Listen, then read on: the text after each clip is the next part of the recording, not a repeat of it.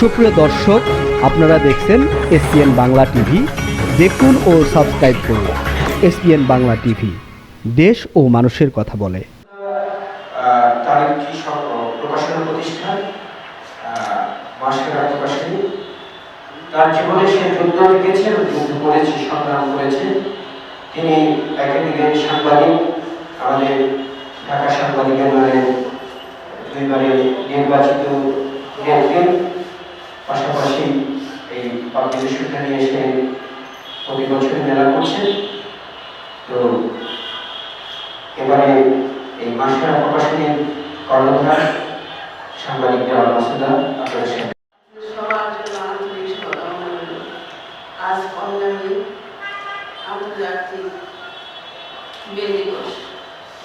এদিকে আমাদের আপনাদের মধ্যে স্যার আসার কথা ছিল, তারপরে হয়তো জানতে পারেন অনেক আসে না, যারা আসছেন তাদেরকে আমার অনেক কৃতজ্ঞতা। যুব সমাজের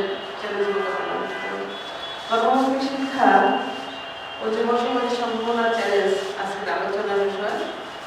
আজ আমাদের চারিদিকের যে যুব সমাজ, সেদিকে গণমুখী শিক্ষা বলতে এমন শিক্ষার অবস্থাকে বোঝায় যেখানে তাত্ত্বিক জ্ঞানের পাশাপাশি বাস্তব দক্ষতার উপর জোর দেওয়া হয়। বর্তমান বিশ্বে কেবল বই ভিত্তিক শিক্ষা নয়, বরং দক্ষতা, প্রযুক্তি জ্ঞান ও কর্মদক্ষতা এসবই একজন তরুণকে সাফল্যের সাথে পথে এগিয়ে নিয়ে যায়। বাংলাদেশের মতো উন্নয়নশীল দেশে যুব সমাজের বিপুল একটি অংশ রয়েছে, যা সঠিকভাবে কাজে লাগাতে পারলে দেশের অর্থনৈতিক অগ্রগতিতে গুরুত্বপূর্ণ ভূমিকা রাখতে পারে। প্রথমত, গণমুখী শিক্ষা সবচেয়ে বড় সম্ভাবনা হল বেকারত্বের হার।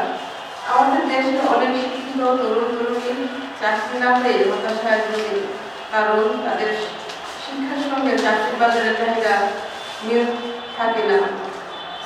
গণমুখী শিক্ষা এই ব্যবধান কমিয়ে বাস্তব দক্ষতা তৈরি করে, যা সরাসরি কর্মসংস্থানের সুযোগ বাড়ায়।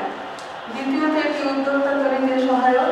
গণমুখী শিক্ষা শুধু চাকরি খোঁজার মানসিকতা নয়, বরং নিজে কিছু করার সাহস ও দক্ষতা গড়ে তোলে। ফলে তরুণরা ছোট ব্যবসা করে আত্মনির্ভরশীল হতে পারে।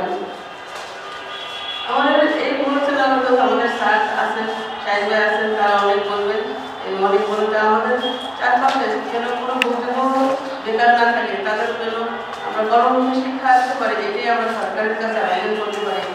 আর আলোচনা আমাদের আছেন, তারা করলেন। সবার জন্য অনেক অনেক আন্তরিক ভালোবাসা ও শুভকামনা রইল।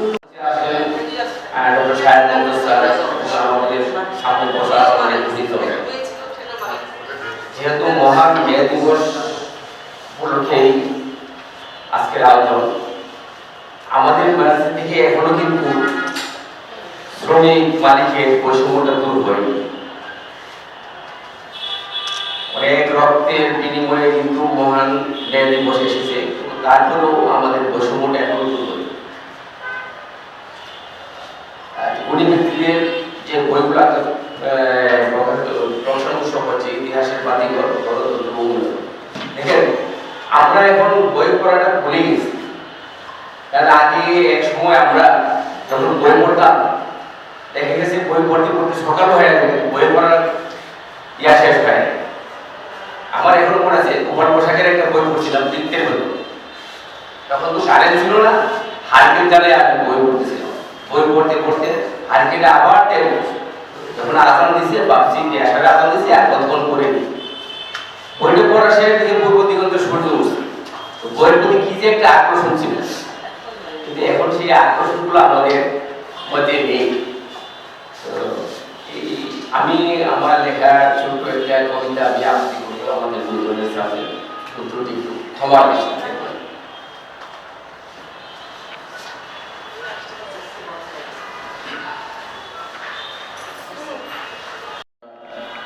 বুঝতে পারি যে গণতন্ত্র এবং উন্নয়ন ইতিহাসের বাতিঘর খুবই গুরুত্বপূর্ণ। প্রশ্ন হচ্ছে যে আজকে আমাদের এখানে আলোচনার জন্য ডাকা হয়েছে বই দুটি, কিন্তু এখন পেলাম আসলে এই বই পড়ার কোন সুযোগ নেই। বইয়ের উপর যে আলোচনা করবো সেই সুযোগ কিন্তু নেই। আমি এসেছি আপনাদের কাছ থেকে দোয়া নেওয়ার জন্য। আপনারা যা বক্তব্য দেবেন, যা ইতিহাস বলবেন, মে দিবসকে বা অন্যান্য সাবজেক্ট নিয়ে, সেটা আমি শ্রবণ করার জন্য এসেছি। আমি সকলের সুস্থ কামনা করছি, সকলের প্রতি মঙ্গল কামনা করে শুভেচ্ছা জানিয়ে আসসালামু আলাইকুম। অত্যন্ত জনপ্রিয় শিক্ষক এবং vice chancellor professor Anwar Chowdhury এবং আমাদের নির্বাহী বিভাগে কর্মরত ছিলেন উনি মাহবুব মশাই সাহেব, সচিব পদমর্যাদায়, এবং এখনও উনি অত্যন্ত আমাদের মাঝে বিভিন্ন প্রোগ্রামে এসে থাকেন। এই বয়োজ্যেষ্ঠ মানুষটি আমরা আলোচিত আজকে ওনাকে পেয়ে, জনাব সৈয়দ মাহবুব মশাই, তিনি তথ্য সচিব হিসেবে রিটায়ার করেছিলেন। আজকে আমি প্রথমে ধন্যবাদ জানাচ্ছি মাসেরা প্রকাশনী মাসুদাকে, যিনি এই কঠিন সময়ের মধ্যেও দুটি বইয়ের মরণ উন্মোচন করছেন, আমাদেরকে ডেকেছেন। দুটি বই অত্যন্ত প্রাসঙ্গিক আজকের অবস্থানে, একটি গণতন্ত্র উন্নয়ন নিয়ে আর একটি ইতিহাসের বাতিঘর। গণতন্ত্র উন্নয়ন লিখেছেন ডক্টর আব্দুল মজিদ, বই দুটি আমাদের হাতে মাধ্যমিক হিসেবে পৌঁছেছে। তো সেই হিসেবে এই দুটি বই নিয়ে আলোচনা করার খুব বেশি সুযোগ আমাদের হয়তো নেই। তারপরেও আমি বলবো যে গণতন্ত্র ও উন্নয়ন নিয়ে লেখা এটা আমাদের খুবই এই সময়ের জন্য একটা প্রাসঙ্গিক বই হয়ে থাকে। যারা নির্বাহী বিভাগে কর্মরত থাকেন তাদের পক্ষে পরবর্তী আমাদের এই প্রকাশন অনুষ্ঠানকে দুজন স্বনামধন্য অতিথিদের সাথে উপস্থিতি অত্যন্ত মাহাত্ম করেছে। তারা আপনারা জানেন যে professor Emirates Anwar Chowdhury sir এবং সৈয়দ মাহবুব মুর্শিদ স্যার, তারা বলবো যে শান্ত বুদ্ধিদীপ্ত মন, তাদের আছে সর্ববর্জিত আর সংস্কার মুক্ত চিন্তাভাবনা, যুক্তিবাদ। তারপর আছে তাদের কাছ থেকে আমরা পাচ্ছি তারা বহু অভিজ্ঞতা, বহু বিচিত্র পথগামী, তাদের যে পদচারণা এবং তাদের যে সূক্ষ্ম সৌন্দর্যবোধ, এই সব কিছুই কিন্তু আমাদের বর্তমান সময়ের যে সমাজ পরিবেশ, তার জন্য এই তরুণের জন্য অত্যন্ত জরুরি তাদের উপস্থিতি এবং তাদের চিন্তাভাবনা। এই জন্যই আপনাদের একটা কথা বলি প্রসঙ্গক্রমে, আমাদের যে বুদ্ধিমুক্তি আন্দোলনের ধারক বাহকদের মধ্যে অন্যতম ছিলেন সৈয়দ মোতাহের হোসেন। তো তিনি কিন্তু খরা না, মহা খরা। পাঠক সংকট এমন এক জায়গায় পৌঁছেছে এখন, বাংলাদেশের পাঠক এখন মাইক্রোস্কোপ দিয়ে খুঁজতে হয় কোথায় পাঠক আছে। এইরকম একটি সময় এসে নতুন নতুন বই বের করা যারা করেন তাদেরকে অবশ্যই তারা ধন্যবাদ। আজকে যে দুটো বইয়ের প্রকাশনা উৎসব, তার একটি হচ্ছে আতিকুর রহমান সালেহ, ইতিহাসের বাতিল।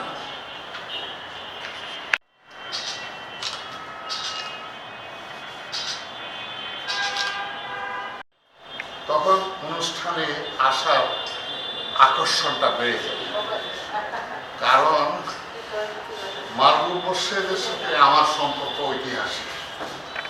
যেমন করে আতিকুর রহমান সালের সাথেও আবার আমার সম্পর্ক ঐতিহাসিক, সেটা তো পরে আসে।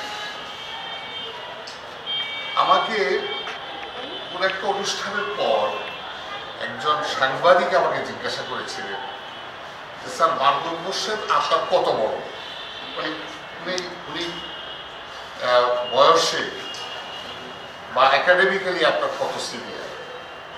আমি বললাম কি, আমাকে দেখে কি মনে হয় যে উনি আমার সিনিয়র আর আমি ওনার জুনিয়র? অমর প্রকাশনের কয়েকটি প্রকাশনা উৎসবে আমি উপস্থিত ছিলাম। আজকে যখন মাসুদা আমাকে বলেছেন এই অনুষ্ঠানে আসতে হবে, আমি সাদরে এসে আমন্ত্রণ গ্রহণ করেছি, এসেছি। মাসুদাকে ধন্যবাদ যে আমাকে এই প্রকাশনা উৎসবে আমন্ত্রণ জানানোর জন্য। এই গ্রন্থ দুটি আমি মোটামুটি মোটামুটি যদিও মাত্র 3 দিন আগে 2 দিন আগে বোধহয় বইগুলো পৌঁছায় আর কি, তারপরও বইগুলো আমি পড়ার চেষ্টা করেছি, অন্তত চোখ ঘুরানোর চেষ্টা করেছি। এবং আমি এই বইটি হাতে নিয়ে অত্যন্ত আবেগ আপ্লুত হয়েছি। আতিকুর রহমান সালুর ইতিহাসের বাতিঘর। আতিকুর রহমান সালু সম্পর্কে আপনারা ইতিমধ্যে জেনেছেন, আমার মাহবুব সাহেব বলেছেন। আমি যখন ছাত্র জীবনে সলিমুল্লাহ মুসলিম হলে যখন আমি থাকি, তখন আমি যখন ফাইনাল ইয়ারের ছাত্র, মাহবুব মনে থাকতে পারে, তখন এনএসএফ বলে একটা আইনু বলে একটা ছাত্র নামদারি গুন্ডা বাহিনী ছিল। তো সেখানে সেই সময় ডক্টর আবু মাহমুদ ছিলেন economics department chairman. Doctor Abu মাহমুদের হাইকোর্টের রায়, এইটা একটা ইতিহাস।